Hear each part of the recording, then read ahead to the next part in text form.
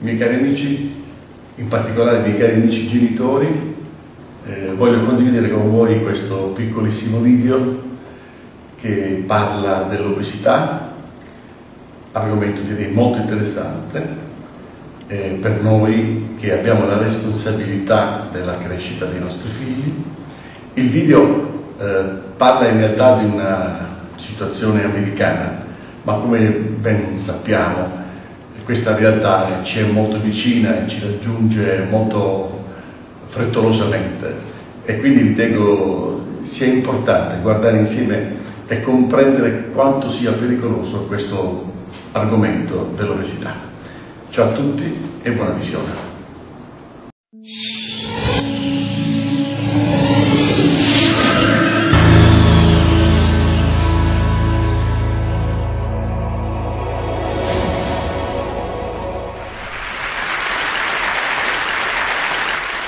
Sadly, in the next 18 minutes when I do our chat, 4 Americans that are alive will be dead through the food that they eat.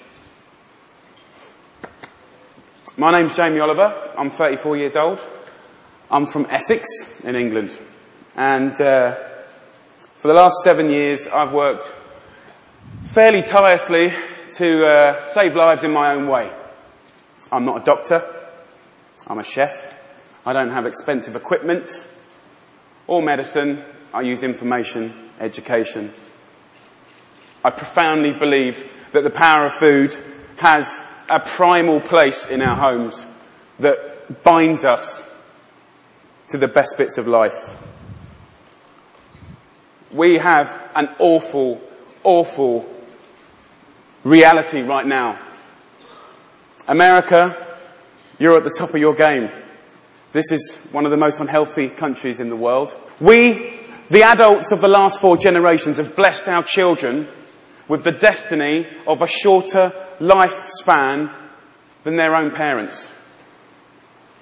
Your child will live a life 10 years younger than you because of the landscape of food that we've built around them. 2/3 of this room today in America are statistically overweight or obese. You lot, you're all right, but we'll get you eventually, don't worry. Right? I came here to start a food revolution that I so profoundly believe in. We need it. The time is now. We're in a tipping point moment. I've been doing this for 7 years. I've been trying in America for 7 years. Now is the time when it's ripe. Ripe for the picking. I went to the eye of a storm. I went to West Virginia, the most unhealthy state in America, or it was last year. We've got a new one this year, but we'll work on that next season.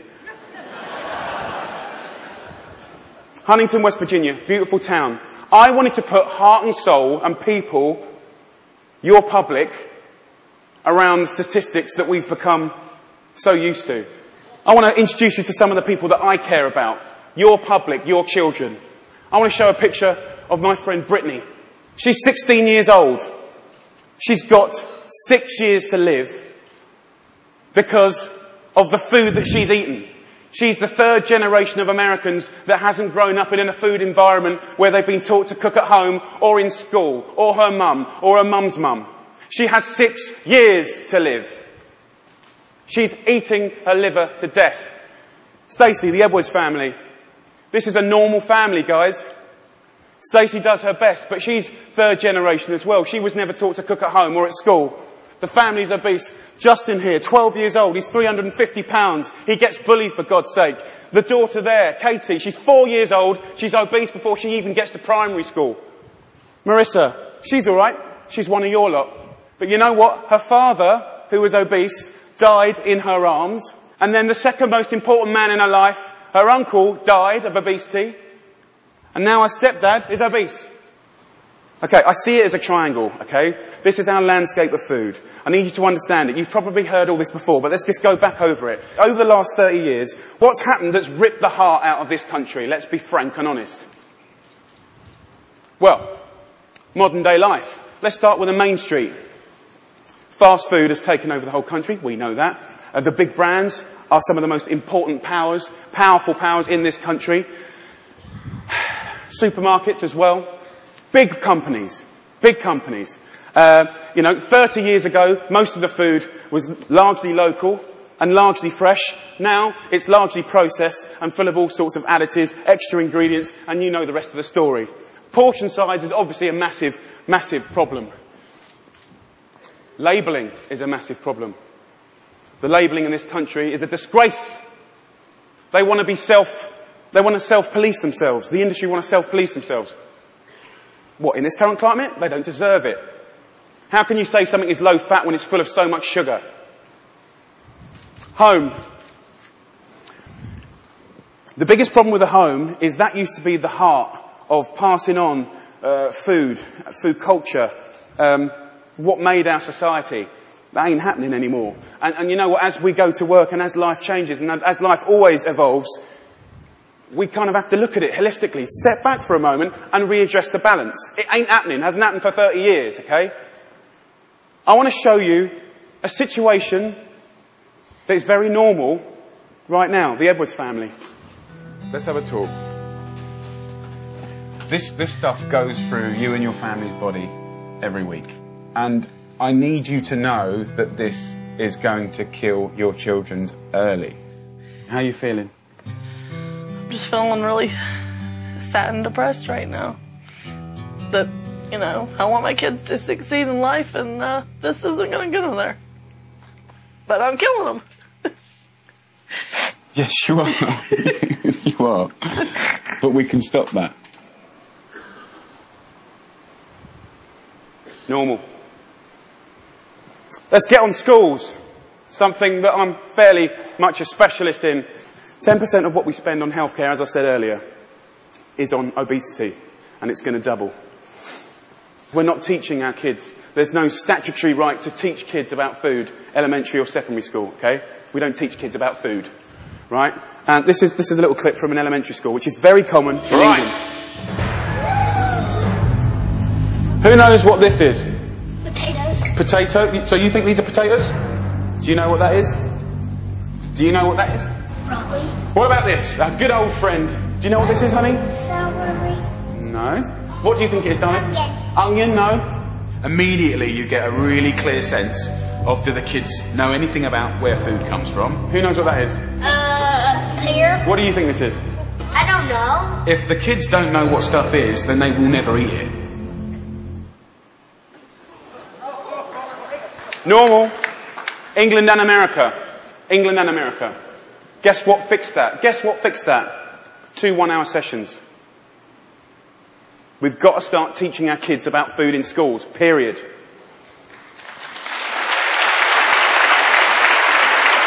Now, if I came up here, and I wish I could come up here today, and hang a cure for AIDS or cancer, you'd be fighting and scrambling to get to me. All this bad news is preventable. That's the good news. It's very, very preventable. So, let's just think about, we've got a problem here, we need to reboot. Okay, so, in my world, what do we need to do? Here's the thing, right? It cannot just come from one source. To reboot and make real, tangible change, so that I can look you in the white of the eyes and say, in 10 years' time, the history of your children's lives, happiness, and let's not forget, you're clever if you eat well, you're going to live longer, all of that stuff, it will look different, okay? So, supermarkets. Where else do you shop so religiously? Week in, week out. How much money do you spend in your life in a supermarket? Love them. They just sell us what we want. All right. They owe us to put a food ambassador in every major supermarket. They need to help us shop. They need to show us how to cook quick, tasty, seasonal meals for people that are busy. This is not expensive. It is done in some, and it needs to be done across the board in America soon and quick. The big brands, the food brands, need to put food education at the heart of their businesses. I know, easier said than done. It's the future. It's the only way. Fast food. With the fast food industry, it's very competitive. I've had loads of secret papers and dealings with fast food restaurants. I know how they do it. I mean, basically, they've weaned us on to these hits of sugar, salt and fat and X, Y and Z, and everyone loves them. Right? So these guys are going to be part of the solution, But we need to get the government to work with all of the fast food purveyors and the restaurant industry, and over a 5, 6, 7 year period, wean us off the extreme amounts of fat, sugar, fat, and all the other non-food ingredients. Now, also, back to the sort of big brands, labelling, I said earlier, is an absolute farce and has got to be sorted. Okay, school. Obviously in schools, we owe it to them to make sure those 180 days of the year, from that little precious age of 4 to 18, 20, 24, whatever, they need to be cooked proper, fresh food from local girls on site, okay? There needs to be a new standard of fresh, proper food for your children. Yeah?